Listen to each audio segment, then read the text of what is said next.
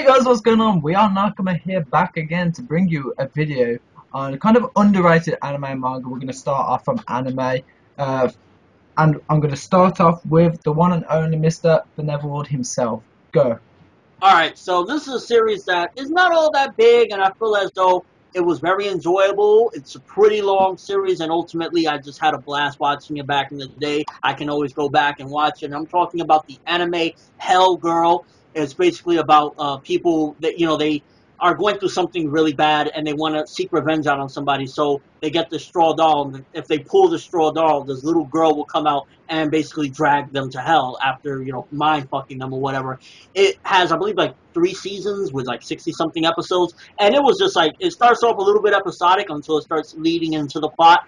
And it was just great. Like, I really had a good time with it. I felt as though, like, even people that aren't anime fans, if you show this to them, they can get into it and enjoy it, because it just really shows how fucked up humanity can be, and some of the repercussions of, kind of like selling your soul, so to speak, can do. So definitely that's the series that I felt like people don't really watch. I never really hear anybody talk about it. If you don't know, the Japanese name is Jigoku Shoujo, and ultimately I just feel it's something that is under the radar, and I believe it even got canceled, unfortunately, when Funimation was initially releasing it with a dub, and then it got like picked up afterward or whatever. So I think that's one series that people should really look out for. Isn't that what you originally did anyway? Like, showed other people Hellgirl?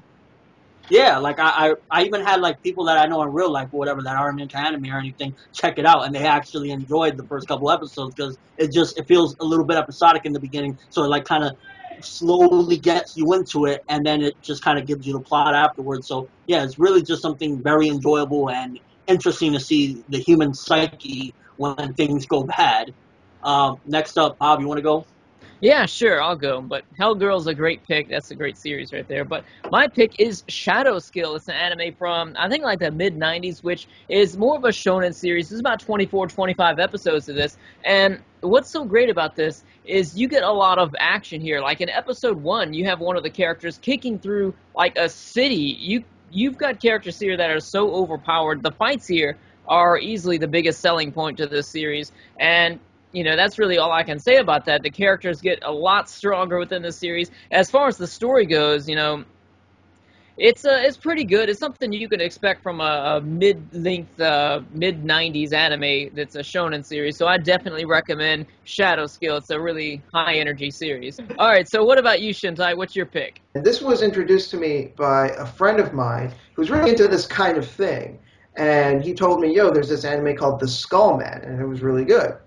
At first, it started off a little bit slow. I was like, okay, I'm not really sure where this is going. But then, as the show starts to build up and more, mysteries started to surround the Skullman himself, I started to really get into it. It was a show that I was expecting it to be like just, your typical sort of action show where you follow around the Skullman. He's like beating up kaiju or something. It's really not that at all.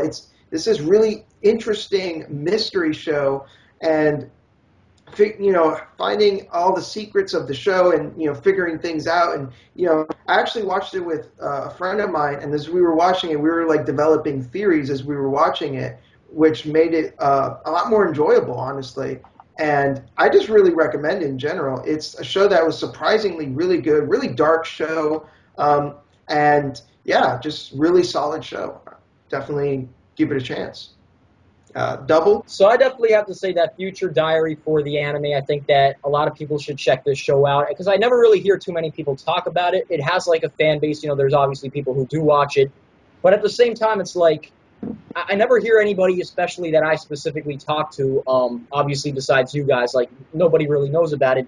And this show's really fucking awesome. It's like about this, I guess, lonely teenager, and he meets this girl through a weird kind of experience, whatever.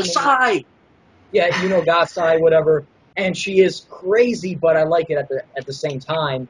And the story's just like really good. It starts off like a little bit slow, but then it really picks up, and you can really bond with some of these characters. It has like a lot of creepy elements to it as well.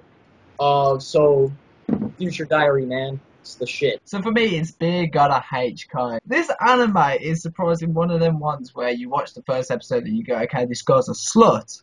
And then you realise throughout the rest of the episode that there is character development, and it is kind of like one of them series that makes you go, well, I'm actually jelly because I want a kind of relationship like that. But like, it's basically a girl that wants to lose her virginity. But the way she does things is like she goes in with a moronic mind of, okay, I want to fucking lose my virginity to 100 guys. So she picks her first guy, and this first guy is so fucking dumb that she has to actually try. And as she's trying, she actually starts to fall in love with him, and they progress, and it just becomes like a really sweet story.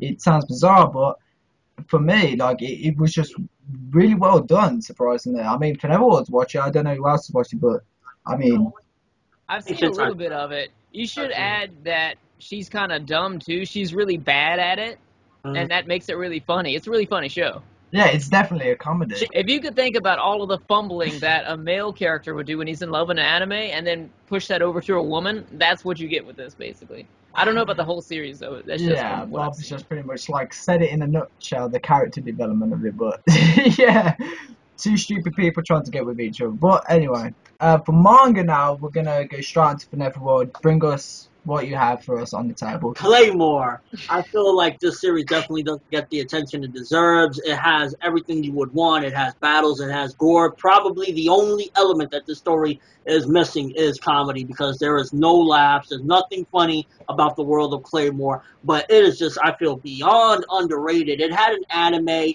It ended with a filler ending, so it didn't really get that big or anything like that. And there's probably no possibility of them continuing it. Let's get a remake, by the way. But me, I love badass female characters. That's why I love series like Black Lagoon and stuff like that. And this one is just jam-packed with them. Almost every claim Everyone, yeah. crazy or amazing or just like, oh my God. And it's just like the story keeps on unraveling. And it never has a dull moments. It never really, you never feel like when you're flicking a page like you're bored or something, because because it's jam packed with a lot of action and battles, but while the battles are progressing, you are getting story revelations and you're getting different things going on while you're still going back to these battles and stuff like that. These great battles at that. So you're never like, oh, this is. And what about those crazy shocks? Like you see like some of those specific scenes where the unexpected happens. Yeah, Like with the revelations and stuff like that. And it just, I feel like it takes these characters and it starts off in one place and it just keeps on developing them. This also has an incredibly shocking, one of the most shocking moments I've ever seen. I won't spoil it, but I will say that I just didn't know where some of these characters were headed off to. And it was oh gosh, yo, stop. just amazing moments in Claymore. The manga is awesome. I'm damn near up to date. I just like bought all the volumes in one go, and I just went ham reading like a volume or two every day. That's how great it was. And it's set in medieval times. And if you like something like Berserk, this isn't as gory or as deep or complex, but it's there almost. And it's just basically like a female guts going through fucking incredibly gory, fucked up situations. So Claymore, the manga, underrated. You should definitely check that bad boy out if you're a fan of something like Berserk or Black Lagoon. I guess that's like a weird combination of the two. The manga that I'm picking is Sayonara Zetsubo Sensei. This is one of my favorite mangas right here. Unfortunately, I don't know how much more of this we're going to get in the United States. I don't think we're going to get any of them past volume 15, and there are 30 in Japan. It is finished, but for what we have out in the United States, this is easily the funniest manga that I've ever read. Each chapter kind of tells its own story within the confines of a teacher and his class, and the teacher's got his problems, and then the class has all of their problems. Each student has a different problem, depending on each person, and really every single chapter deals with a different person and their problems. It's very dialogue heavy because there's a lot of references here, but the comedy and all of the anime references and everything here, it's really great, especially if you like a bit of the dark humor, because with a teacher, Itoshiki Sensei, he observes a lot of the darker things in life, and he'll make commentary on that, and he'll compare that to other things that aren't really as serious and say, well, everything was like that, then so-and-so would be this way. And this is a hilarious manga. Like, say, for example, he was cleaning his house. He let one of his OCD students clean it, and she Tetrised it. She was taking things from outside to the point where his house, the walls fell off, and it was just this square of blocks where everything was squeezed perfectly together. So, yeah, check out Sayonara Zetsubo Sensei. Moving on to Shintai, what manga would you recommend? No Longer Human. This is probably one of the darkest mangas I've ever read. It's basically, as the name of it would suggest, it's kind of like this deconstruction of this person where this person just goes through so much shit in his life. Things just keep getting worse and worse and worse. And by the end of it, even the main character himself feels like he's no longer human. How he got to that point and why, I'm not going to say, of course. I can't spoil a single thing. The dimensional ascent begins. Yes. The dimensional ascent begins. One It's thing no I think it's important for you to add to No Longer Human is that a lot of people that are watching this video, they're going to want to Google it and look at that.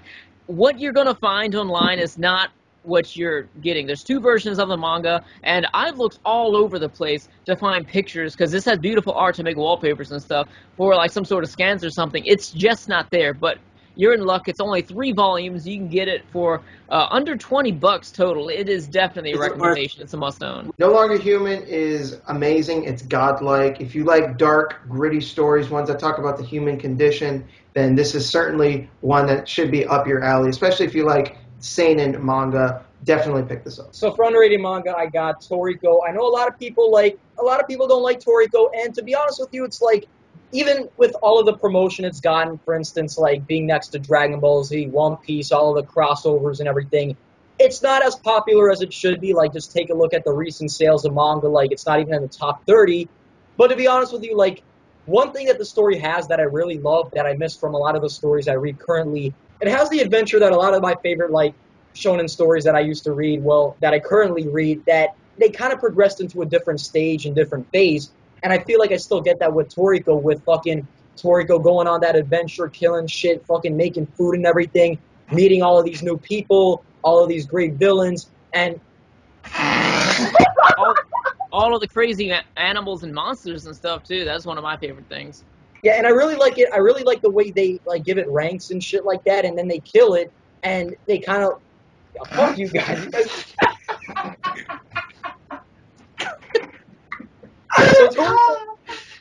So Toriko's an amazing manga. Go check it out. Zombie Powder is one of them shows that should have been animated. It's also a character which should have been Ichigo. I think fucking Forever can agree with me. I don't know if Bob, did you read it or not? From what I've read of Zombie Powder, it's nice. I've only read a little bit.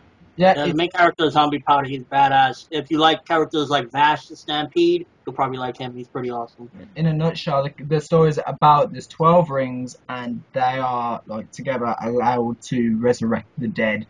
It's pretty chill. The fights are incredible, as you can expect. It's like early Bleach was, and still, well, it is on the majority. But Zombie Powder, 4 volumes, pick it up. It's fucking worth the buy. It's incredible. It should have had an anime and Shintais with No Longer Human also, and Attack on Titan, and all the other fucking shit that everybody else has said. Any last words, guys?